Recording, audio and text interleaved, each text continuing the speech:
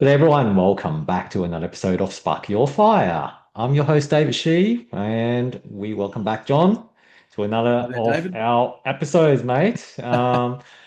We deliberately delayed our publishing schedule this time because we do want to have a bit of say in relation to the federal budget that's just been announced a couple of days ago. More precisely, Tuesday. I mean, this podcast is being recorded on 15th of May. It was done on the 12th of May. So we got some time to be able to absorb. We've got some time to be able to put some thoughts through. We took some time to be able to, I guess, put our opinion forward in terms of how this impacts property to a degree, and because this is a primarily a property podcast, Yeah. so we are going to more so discuss about the key areas that's going to impact property investors as opposed to other things. Obviously there's a lot more other changes like, instant asset write-off, $250 annual tax offset, all the kind of stuff. That's for another topic. We won't be touching those. Today, we'll be focusing on three things or three main things. Negative gearing, which is obviously the first shocker that came through for everyone, for all the property investors. And we'll be touching on the CGT changes or the proposed CGT changes, as well as the minimum 30% tax rate for discretionary trusts. Okay, so these are the three key areas that we will be touching on today. But before we do that, John, how are you? I forgot the most important Oh, well, question. look, I'm we've been chatting for 10 minutes off air. I'm very well, really good.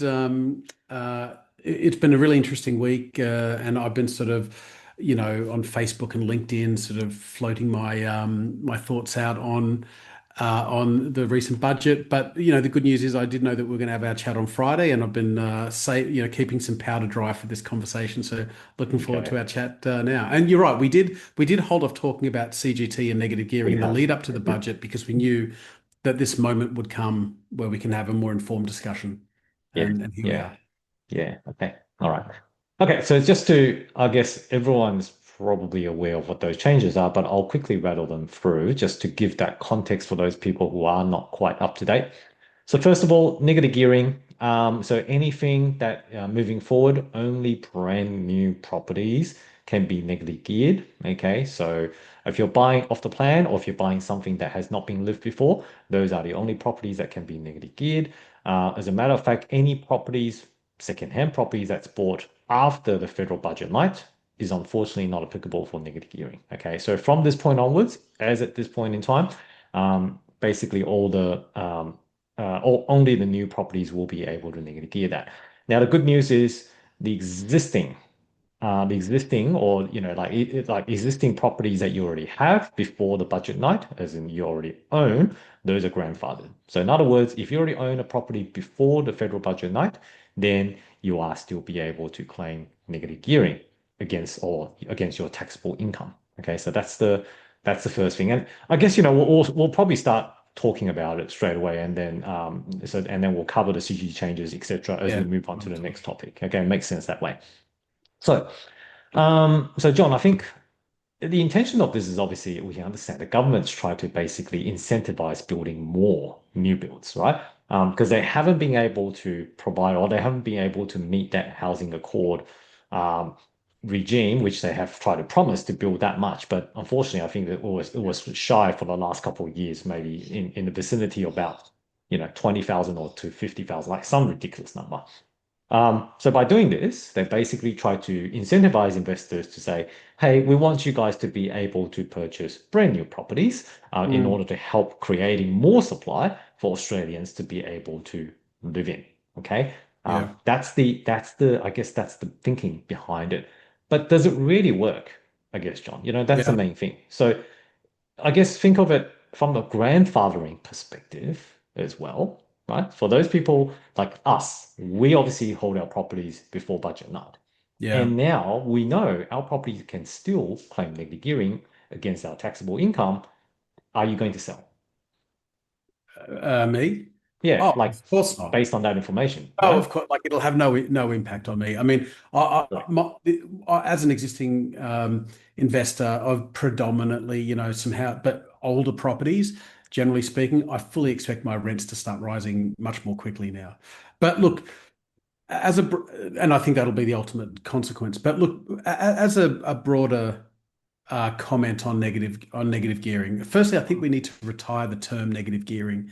I was watching the news the other day, and the interviewer was interviewing Albanese, and he was hostile to the thought of withdrawing negative gearing.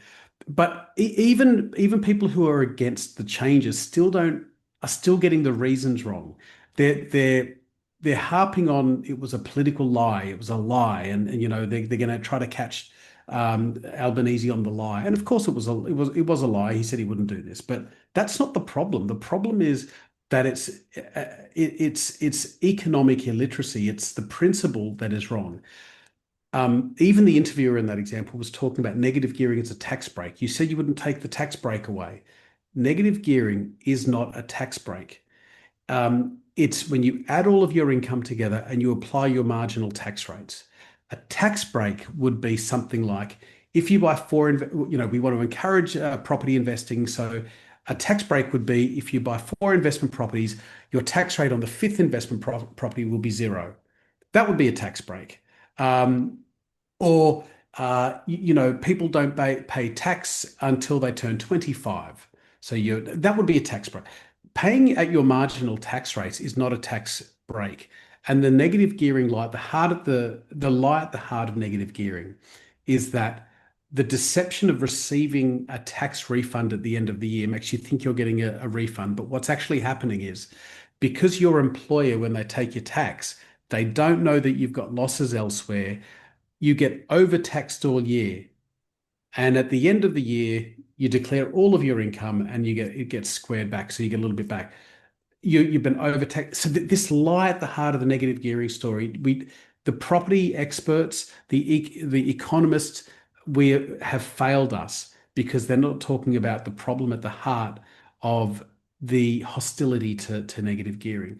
Negative gearing was never a tax break. Um, so what by removing this negative gearing means that now you're overstating your taxable income, and property investors are not going to be taxed like everyone else. They're going to be overtaxed, Yeah. and it's unfair. So all right. So with all of that said, now they're cherry picking what types of property get this over or under taxation treatment.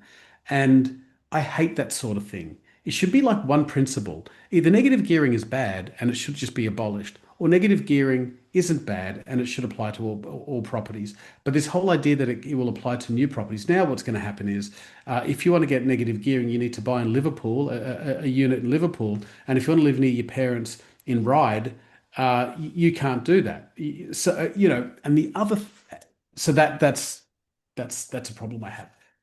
The other kind of issue with it is uh, that this whole idea of intergenerational equity.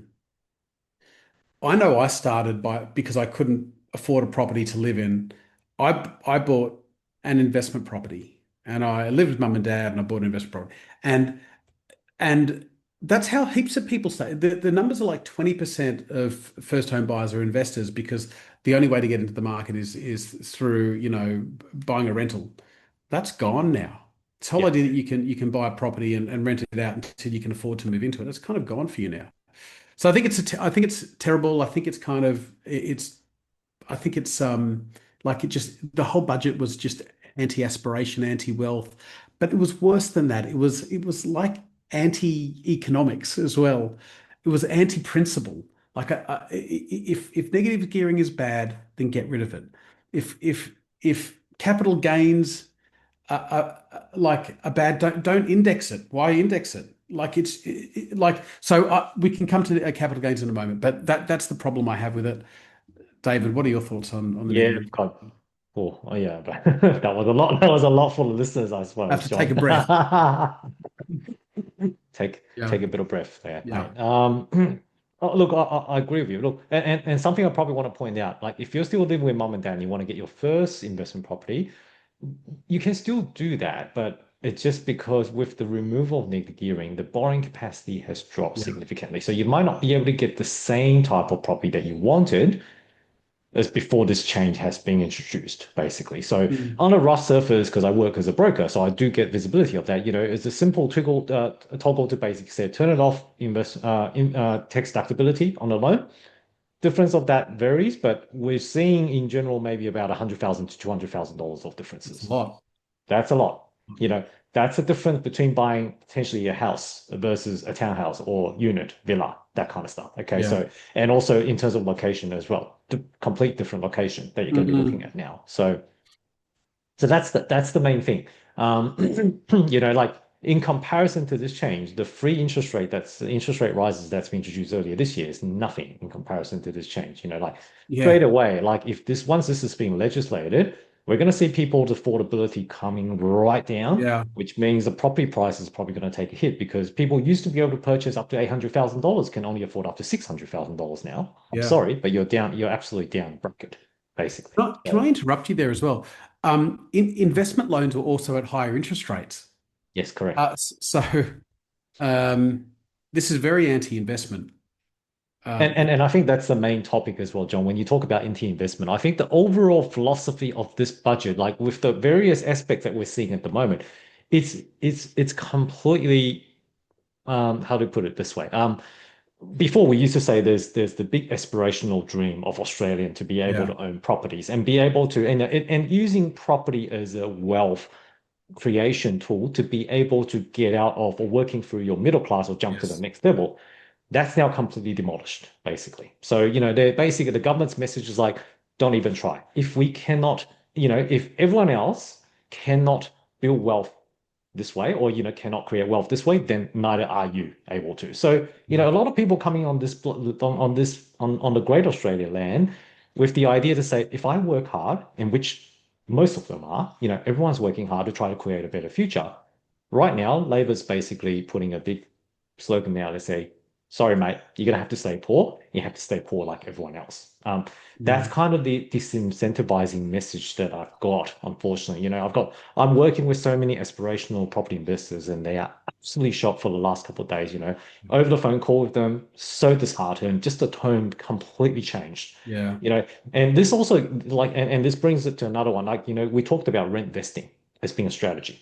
A lot of Yes. people try to basically build their wealth by renting somewhere first and then buying investment property where it's going to Yeah. go up and going to create that wealth. Now, this is all going to be an issue because rent's going to go up further. And then without negative Yeah. gearing, their borrowing capacity is going to be capped. So this strategy is now going to basically just got kneecapped straight away. Yeah. So, you know, so there's too much to talk about on this, but I think we're probably cherry picking a couple of those Yeah. bigger topics. Um, but yes, unfortunately, with negative gearing gone, the key implications are borrowing capacity is going to drop. That's going to reflect on the Yeah. purchase on the price in general across Australia. Much bigger impact in terms of the interest rate in comparison to the interest rate. Yeah. And we are yet to see that to come at this stage. Okay. So, Mm. and like it's stopping people, aspirational property investors or any kind of investors, try to build wealth through property now to say, sorry, you can't do it this way.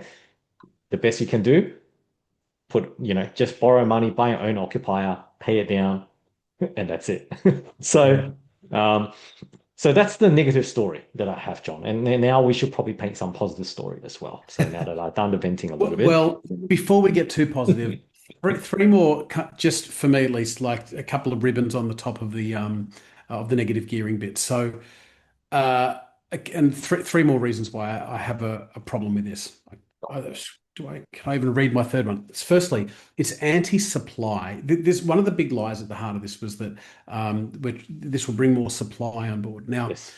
um, if you make something less profitable, you'll get less of that thing. This whole kind of anti-profit movement on the left, like profit is why things exist. If you enjoy chocolate, that's because someone somewhere is making a profit selling chocolate. Yes. And there's a whole supply chain, it's complex. But if you wanted more supply, you should be slashing taxes on property investing or property developing, right? I read somewhere that 40% of building a new house is government taxes, right? But as a principle, if you think we have a supply problem, we haven't even talked about immigration yet, but if you think we have a supply problem, then you need to make the thing that you want there to be more supply of more profitable, and they've done the opposite. So I guarantee we'll get less supply out of this. So but these people don't understand economics. That's the first thing. Not to mention, with this increased demand with new builds, that also means the new builds prices are going to skyrocket or going to Yeah, continue to increase. And yeah, that's going to cause a disparity between the new builds against the old one. The new builds are already expensive enough because they have to factor in yeah, all the marketing costs, they have to factor in everyone's commission, yeah, builders' margins, etc., right? It's just going to push yeah, up the prices even further with that demand yeah, being filled in. yeah, So, that's and it's going to take time. Again, it's going to take time for something to get built. yeah, Our fundamental is not like, tomorrow that's, another 10,000 units just comes up like that. Everything's going to go through the pipeline, through federal policy, through state government, through local government. Each of these have a lot of resistances. That's one of the key issues that they have not resolved. So yes, you can increase the demand as much as you like, but you're yeah, not pushing through the supply or yeah. resolving the supply problem. They're not building fast Completely. enough. They're Mm, totally ignorant of this stuff, right? Demand and supply, basic concepts.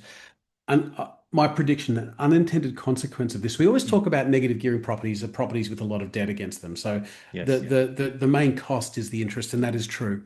correct. However, repairs and maintenance. My Yeah. prediction is that are going to become dilapidated because it's going to be there's going to be no, like, if you send the electrician out, or if you send the plumber out, or if you get the lawns mowed, you can't. I mean, you can't tax deduct that anymore. So these were like expenses incurred in running a property. You just won't incur the expenses anymore. Like roofs won't get repaired and all that sort of, like, unintended consequences will be that investment stock will become really run down. They'll probably introduce a regulation for it, Will but be they out could have of just, pocket. They'll be yeah, out of pocket from the investors, right? So that's the whole idea. They don't correct. want to spend that money. Yeah. And the third thing on negative gearing, the last thing is, because negative gearing isn't a tax break, the only reason we talk about negative gearing really, and this is the dirty little secret, is that because our income tax rates are so high, because we pay so much personal tax, that if you incur an expense, let's say you spend $1,000 fixing a roof or something, you get a meaningful chunk of the deduction is meaningful. You get like $450 back from a $1,000 expense. If the tax rate was 15%, like it is in, say, Singapore, we wouldn't be talking about negative gearing because you'd get 15% back. It would be nothing. Our tax rates are so high, and they think that they're getting something back.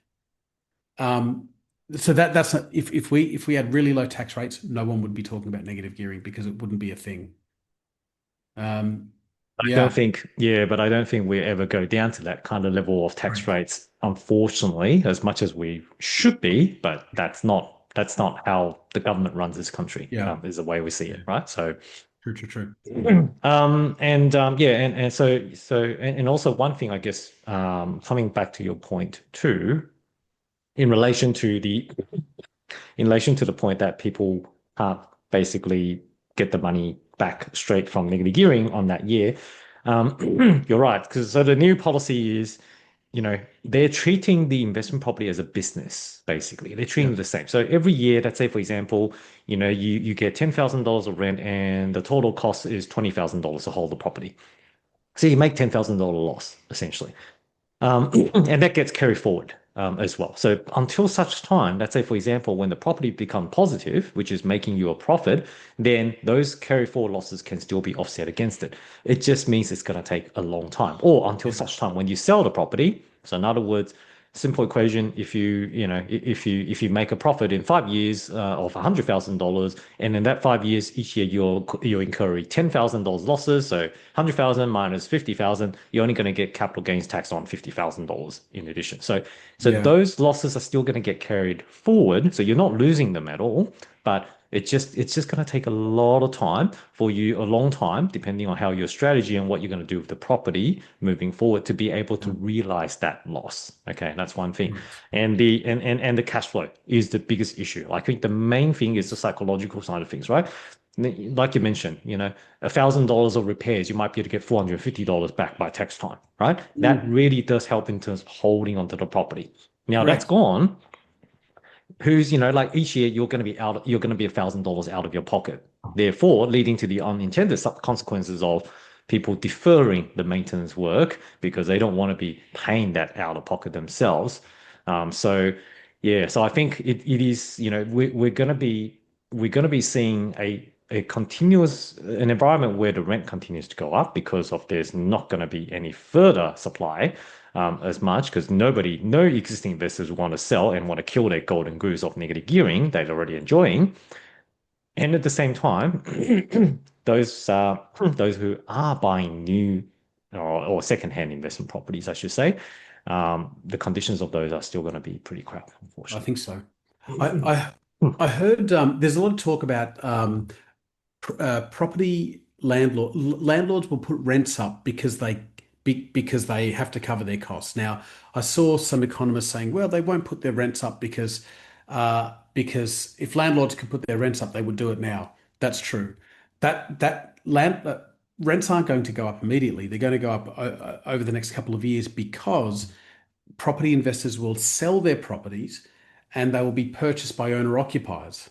Yes. And over that period of time, there will be fewer rental properties, and that's when the rents will start to go up Yeah. because there will be far fewer rental properties. It won't be on the first day, and they're not going to put the rent up because they're trying to recoup their costs. They're going to put their rent up over time because they will be able to because rental accommodation will become scarce, not more plentiful. Um, Rents will go up. Rents will go up in established properties in established areas. Like if you want to rent near mum and dad in Neutral Bay, you're going to have to pay a lot of money to rent in Neutral Bay. In the old days, you wouldn't rent would have been much more moderate, and you're going to pay far less rent in newer areas. That's what I think. Yeah, yeah, no, no, absolutely. And that's just and the other thing is, like, sure, let's say for example, an investor decides to put the property onto the market, the assumption there is an owner occupier is going to take it over, right? But the assumption here is they've got the financial capability to be able to take it over. Do they have enough borrowing capacity? Well, unfortunately, borrowing capacity being capped big time at the moment because the interest rate continues to go up. And Mm. number two, do they have enough deposit to be able to cover for that? If the current person is a renter, what I'm hearing anecdotally at the moment is they're actually not having much leftovers by the end of the month because everything goes out to rent, everything goes out to living costs, and then well, very little. So, do they have enough savings to be able to cover the deposit? Are they actually in the position to be able to purchase as an owner-occupied property to be able to take it over? That's questionable. So we'll Yeah, have to see. We will have to see. mind boggles. All right. Yeah, We've yeah. So I think flogged negative gearing to death, we but flocked into gearing, but good reason. unfortunately, it is such a major impact. I mean, this is what they say that the biggest change, or one of the biggest tax changes in the last 26 years, Yeah. essentially. So, I think it's worth obviously talking about it in depth. Now, how would investors counter this moving forward with no negative gearing? I guess. So I think one way I can think of, apart from buying brand new properties, which we all know it's kind of like no good. You're probably not going to get much growth. So my advice is don't go out there and buy brand new just for the sake of taxation benefits. It's not going to get you wealthy. Okay. So I reckon existing properties are still the way to go. At one point in time, the rent's going to go up to the point where it starts to make secondhand properties attractive again. Okay. Correct. Yeah. Correct. Yeah. So that'll be the time where you need to basically have a bit of patience for the market to do the rebalancing Yeah. to that stage.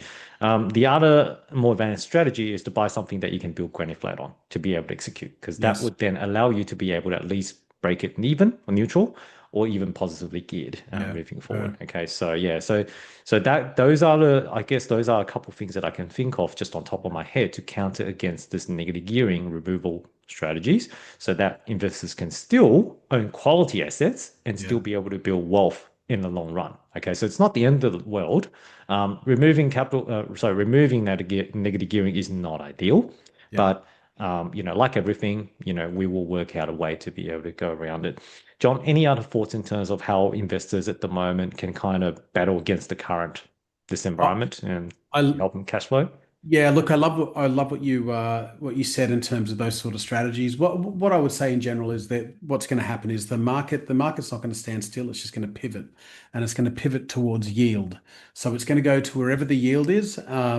And my guess is yield is going to be apartments, and yield is going to Units, be Western townhouses. Sydney Yeah. town. Yeah, so it'll be units, Western Sydney, and that sort of thing. And obviously, it'll go into newer properties, New builds. and I think that's what where I think will languish. And I think this is sort of the opposite of what Tom Panos is saying. I think things like land banking will go a bit out of style. I think land banking is going to be too expensive just to Yes, hold.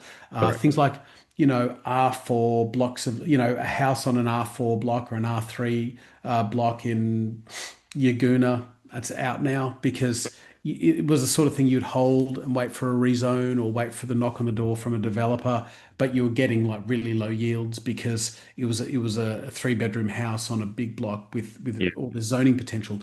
You can't wait for the knock on the door now. It's too cash flow negative.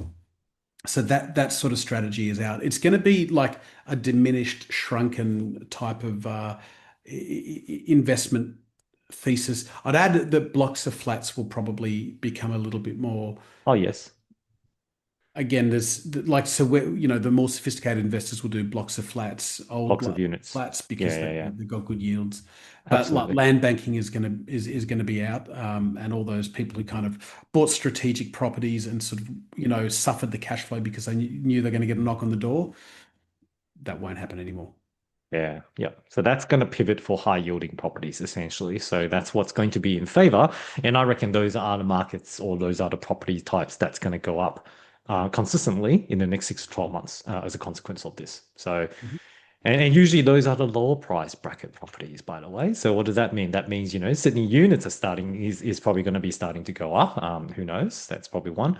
I know Correct. Melbourne units, Melbourne all-style units will definitely be going up because Melbourne is Mhm. way undervalued. So, but yeah, I guess the general thesis is probably those anything that's got a decent yield, easier to hold from a cash flow perspective.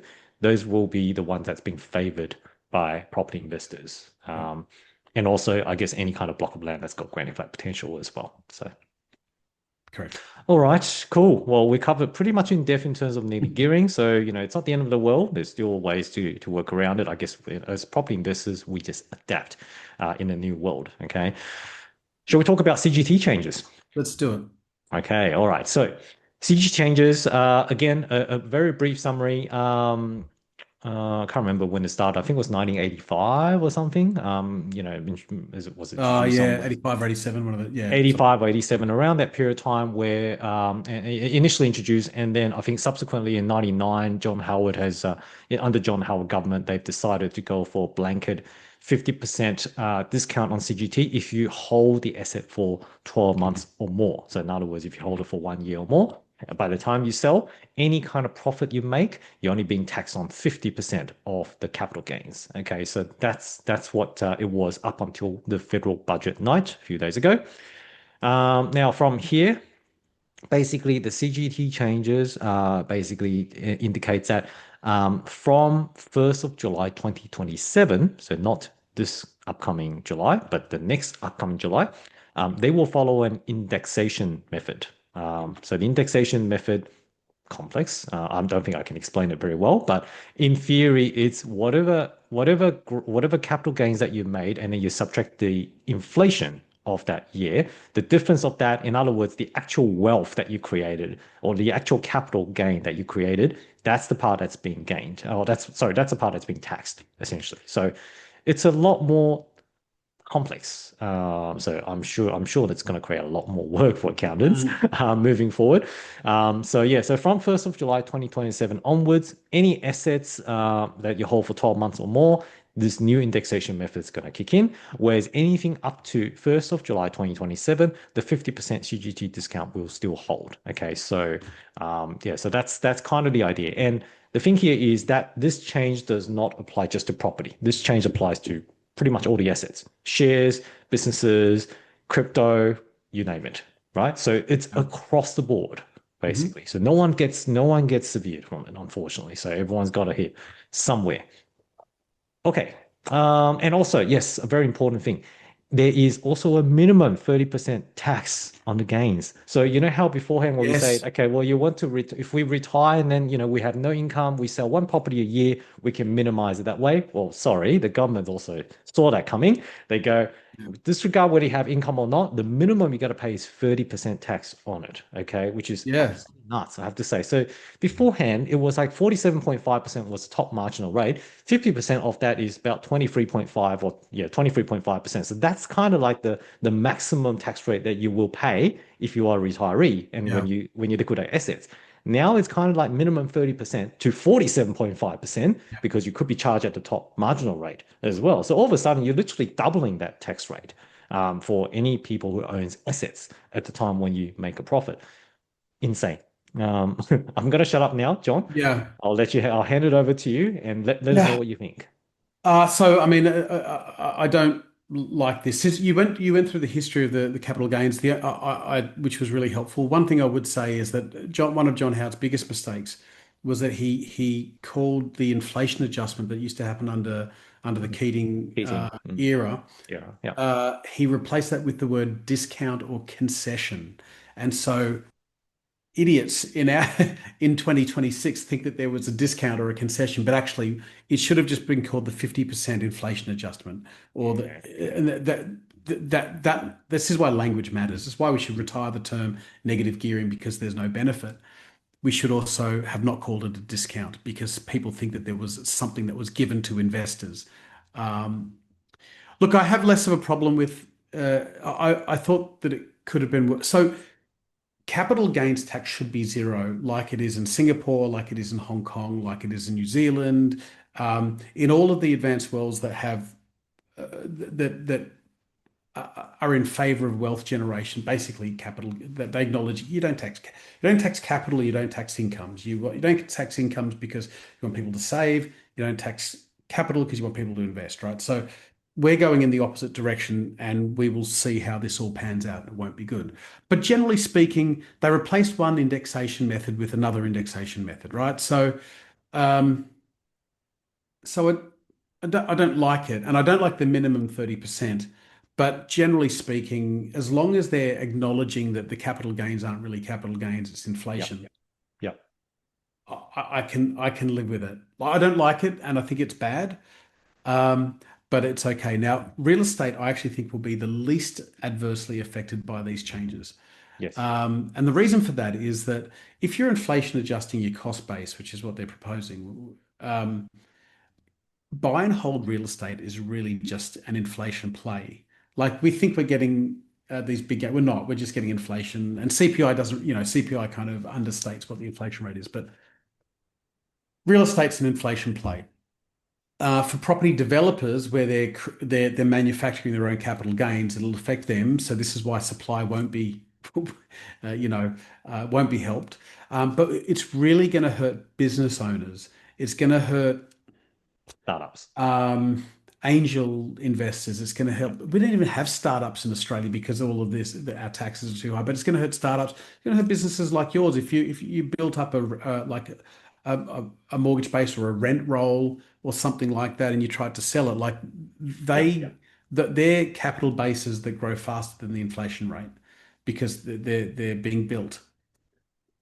They're, it's gonna dampen out not property investing but Mm. entrepreneurship, and that's where the tragedy is. So if you've got a good idea, if you've got some IP floating around up there, and you want to build something, you just don't do it in Australia. You go to somewhere that Yeah. values what you do, and that's a Incentive. tragedy. Yeah, that's the main thing. That's why, like, we're not incentivizing people to be creative and innovative Yeah, in this country. We want to a degree, like coming back to what I was saying before, this government want everyone to be mediocre, just be average, do what you need to do, like so. But okay. And I think you're absolutely spot on. So those people who has got high growth or any kind of asset yeah, that's doing high growth, I think that's going to hit the hardest. Whereas property in this case is probably less because let's say average growth of 6% every year with an average inflation of 3%, you're yeah, kind of getting that 50% discount correct. like what we previously do.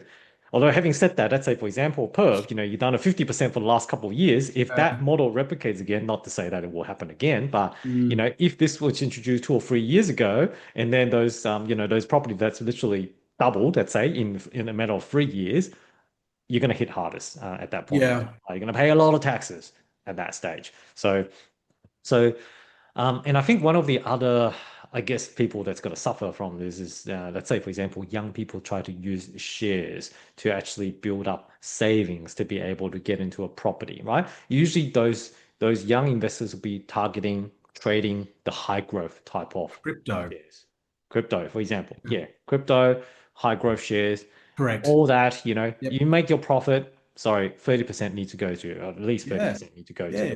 the government. Government's your business And partner now. yeah, exactly. Well, except they're sucking more of your money as opposed to Yeah. helping you to get to They the don't next do level. anything, but they take 50% of the profit. Like it's crazy, but It's absolutely nuts. yeah. So I think the intent here is very clear. This budget is really all about where they can take money to be able to fill up the budget black hole that they already had, and which Yeah. they spent like a drunken sailor. Everybody knows that. Michelle Bullock has basically very clearly pointed out that government needs to stop putting in all that spending in the last press conference, just so that like we're not trying to basically go one step and move two backwards, one step forward, two backwards, right? That's the situation that we're trying to avoid. But yes, like I said, for property, this is less impacted. So, but just be mindful if you have other assets, and again, this 30% minimum threshold, and I know I've got a couple of clients who's looking to retire in the next few years, this Right. is going to impact them the worst. So I feel very sorry for them if this comes to fruition. You know, they got plans in the next 5 years to liquidate X number of properties as they retire. Unfortunately, the amount of money they can get at that point in time Yeah. is going to be very little, a lot less than Mm, what they used to projected to be able to fund their retirement life. So, yeah. okay, so yeah, so that's the capital gains. John, so it sounds like you have a Yeah. bit more to say. Uh, no, I mean, I mean, we were chatting beforehand. We would like to avoid discussing politics, but budgets are political, and Do you want to I'm do you just want do you want to give wondering. them a taste? Is it? Yeah, so you need to like give me the signal by patting yourself on the head for John to shut I up and see. rein it in. But yeah, something like time. Okay, but I think that this is reflective of a deeper problem in the Labor Party that they no longer are a working class party. That working people don't vote for the Labor Party anymore. The people who vote for the Labor Party are the children of wealthy people who go to university, so young people who don't work, people on welfare, and I'm sure I'm missing out on someone, but sorry, and people in the public sector. So the private sector people don't vote for the Labor Party anymore. So I don't even think that this is going to rattle the ALP base. Um, it's just going to rattle everyone else. But if you're a university student and you don't work, but you kind of think property is expensive, and you kind of resent the guy who made money out of Bitcoin, like I don't think you lose those people. So I think that this is a very class-based budget, and it concerns me that there are people who would be attracted by taxing their neighbor like this. It's like it's very sort of adversarial kind of budget. So sticking it to those investors. So I just don't like that sort of thing. Yeah, I didn't see you patting yourself on the head, but I will stop there. But enjoy because yourself of well, John. because both of all the major parties are screwed. But just one comment on them. Yeah, Well, I might as well throw something in there you then, go. given that you started. Yeah. They, Labor Part. I mean, it's obviously very. It's timed and planned. I think it's timed and planned in terms of when they do this. Yeah. Um, they currently have pretty much no opposition. Put it that way. Very easy target at the moment. Last time, we all know, um, Scott Morrison won the impossible election at that point in time Yeah. because the opposition was proposing to scrap negative gearing and all that kind of stuff, and we all know how that ended. At the moment, there's no opposition. We're still 2 years away from the next election, so there's still a bit of time. So, it's the best time for any party, I'm not saying Labour specifically, but kind of any party wants to do any kind of tax reform, this is the perfect time to be doing it. Yep. And 100%. Yeah. and let me put the little bow on as well. The $250 tax refunds or offset that Yes. was going to come in 2 years' time, so just before the election. Yeah. Again, that's kind of time too, isn't it, to a degree? So I will stop there too. Yeah. All right. Very good. Very good. It's, yeah, we walked across the line, but DM us Very if you'd like to subtle. chat further. Very subtle. Very subtle. Any complaints, send it to John. Yes. All right. Let's move on to the last one. Okay, minimum 30% tax rate for discretionary trusts. Okay, so beforehand, I think this is targeting at those again wealthy families because on pretty much only wealthy families and wealthy classes use this strategy where they try to distribute Hmm. income or profits to lower income earners in the whole family. Yeah. John, you and I both own family trust, basically in this instance. So, for those people who don't own a discretionary trust, if you make any profits, then and it goes through a discretionary trust, you can allocate it to, let's say, for example, if your wife's on a lower income, you can basically distribute a bit more to her and still keep her taxable rate below 30% or whatever percent, right? So, and you can even distribute some to your kids, et cetera, et cetera. So it's a way to be able to, I guess, minimize tax, and it's a legitimate way of doing it as Yeah. well. Um, and I guess what the government and what the proposed budget now is doing is they're putting in a blatant 30% tax rate. So, even if your wife is not earning a single cent, if you distribute $1 to her, sorry, not to them, so excuse me, just to her, Yeah. and you will need to pay government 30 cents. So she only Yeah. gets 70. Okay. That's unfortunately, that's another easy target Yeah. to meet. So, that was one of the powerful ways to be able to distribute income or profits, and whilst minimizing tax optimization. That is now pretty much gone if it Yeah. happens, if this gets implemented and passes as legislation. Yeah. Thoughts Look, on that, John? just a couple of things on that. So, minimum tax of 30%. If you distribute to someone who's got to say a 35% um, marginal tax rate, Yeah. the you or the trust or the individual, someone has to top up the 5%. Fine. But if the Mm, trust distributes to a company, it doesn't with the 30% tax rate, then it adds the 30% of the trust to the 30% of the company, and the mm. trust has to pay it 60%. This is Yeah. Oh, insane. wow. Trusts are It's a dead. double. It's Trusts are double dead. taxing. Double taxing. So trusts are dead. And again, like they think they're really clever finding these loopholes. I'm in favor of anyone who can find ways to pay less tax, and I think that that's a way to get ahead. And for Yeah. for this political movement to be against people who can find ways to pay tax, it's just so cynical. It's so cynical. So It's yeah, I think that sort of thing is going to die, and it leaves us thinking like where can you make money? I mean, you can't yeah. invest it. If You can't you invest it. can't save it, and if you go to work every day, you're going to get taxed at. I mean, you probably get taxed at 60% when you add GST and all the Medicare levies and all that sort of stuff. Yeah. 50, Yeah. 60. So state taxes. It's What crazy. do you do? I mean, maybe it's another episode, so the whole idea was you get taxed at 40% or 50%, and then your job was to invest the difference so you could make up the tax that you'd lost. Mm. That's gone. That's gone. Yeah. So tax you on the way in, tax you on the way out. Maybe death taxes are coming, but yeah. You Do we want reckon? to go one more? I'm going Go for it. one more place that I think that Sure. uh, and this is like the root cause. I just think people uh, who don't work or receive welfare can't be on the electoral roll. They can't vote. So if you're going to be an NDIS recipient or a welfare recipient, you tick a box that says, until I come off this program, I go off the electoral roll. And then when you come off the benefits, you go back onto the electoral roll. And I just think that I don't think you should be able to vote for your neighbor to pay your taxes. You know what I mean? Like I Yeah. think Yeah. there's There's a something conflict of interest there's there. something conflict of interest. I think there's something in that, and I don't think either political party would touch it. I'm just a podcast guy, um, so I think that we need to think about that. I don't think it'll ever happen, but I just think we need to rethink that who actually gets the franchise. Yeah. Wasn't there a saying to say you can't tax to prosperity? Yeah, Something Winston like Churchill that. said, trying Yeah. to tax yourself into prosperity is like standing in a bucket and trying to pick yourself up by the handle. Yeah. Exactly. Great, And classic unfortunately, that's Winston what Churchill.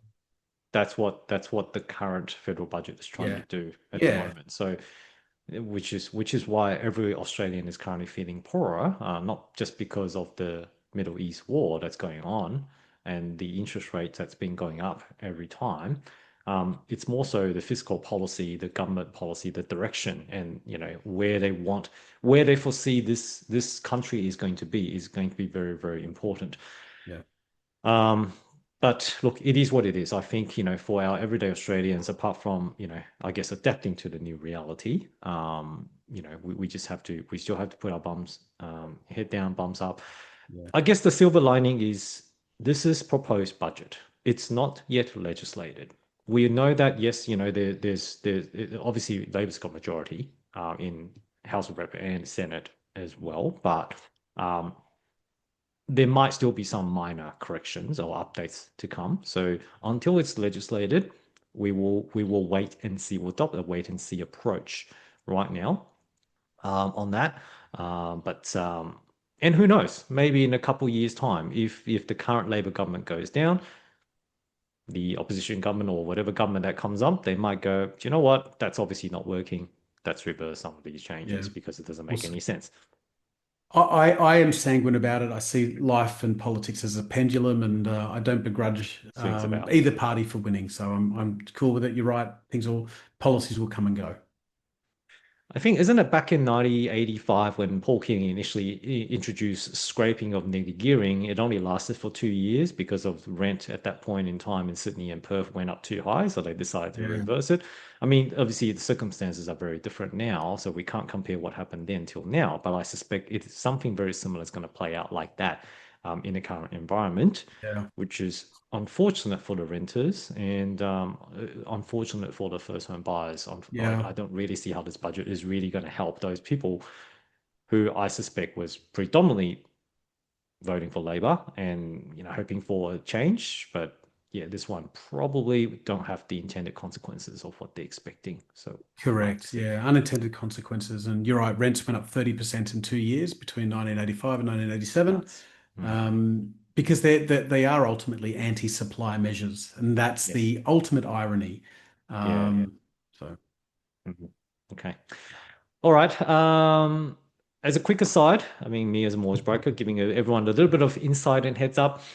If you already have a pre-approval on an investment property, I would suggest for you to touch base with your bank or your broker straight away to double check because some banks are already starting to introduce this, even though it's not yet legislated. But some banks is already asking the question: Is the property contract dated on the federal budget night or not? If it's not, they're mm, actually not counting the new debt as tax deductible, which means your borrowing capacity could reduce by 10, 100 to $200,000 straight away. So I would touch base with your broker or the banker, whoever that you did the investment loan pre-approval with, just to try to get a bit of update on that.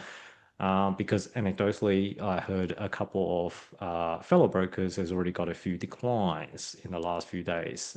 Surprise, surprise. Banks right. actually did follow suit so quickly. Okay, most of the banks are adopting a watch and see approach until it's being legislated. I don't think they will put it in, but time is running out at the Mm, moment. So so that's just a small advice for anyone who's got a pre-approval. Don't assume that you're going to be okay. Checking with your broker, checking with your banker, just to make sure that pre-approval loan amount is still fine. They can still negative gear that debt that's being pre-approved before you make an offer. yeah, and Cool. don't take any advice from a bunch of podcasters, particularly around taxes and trusts, CGT. Speak to your accountant as well. This is just our opinion The as a couple of disclaimer property will guys. definitely follow. Absolutely, mate. It's just us chatting away. So, all right. Well, until then, I guess we will see you guys in another episode of Spark Your Fire. And investing life will go on. See it, John and David.